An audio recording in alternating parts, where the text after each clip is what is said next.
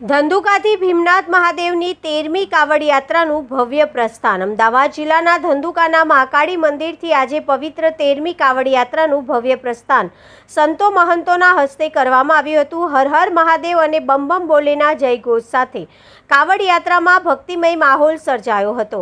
આ ભવ્ય કાવડ યાત્રામાં ટ્રેક્ટરની ટ્રોલી સાથે ગાડીઓ, બાઇક અને મોટી સંખ્યામાં ભાઈઓ, બહેનો, બાળકો, ભક્તો જોડાયા હતા। સાધુ સંતોના સાનિધ્યમાં ધંધુકાથી ભીમનાથ મહાદેવ તરફ નીકળેલી આ કાવડ યાત્રામાં મોટી સંખ્યામાં શિવ ભક્તો ઉત્સાહભેર જોડાયા હતા। સમગ્ર યાત્રા દરમિયાન ભક્તો મહાદેવની ભક્તિમાં લીન બની હર હર મહાદેવના નાદથી વાતાવરણ ગુંજાવી રહ્યા હતા।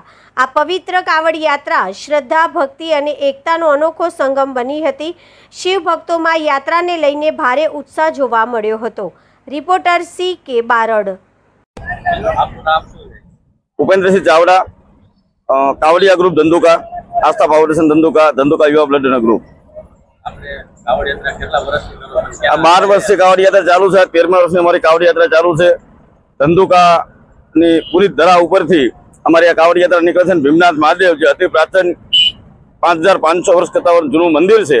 ત્યાં સાક્ષાત ભીમે મહાદેવને પૂજા કરવા પોતાનો ઉત્પન્ન કરેલા તે જાગતી જ્યોત અમારી બાલ પ્રજ્ઞાની ગણાય છે અને ત્યાં દર વર્ષે અમે હાલીને કાવડ યાત્રા કાઢીએ છીએ।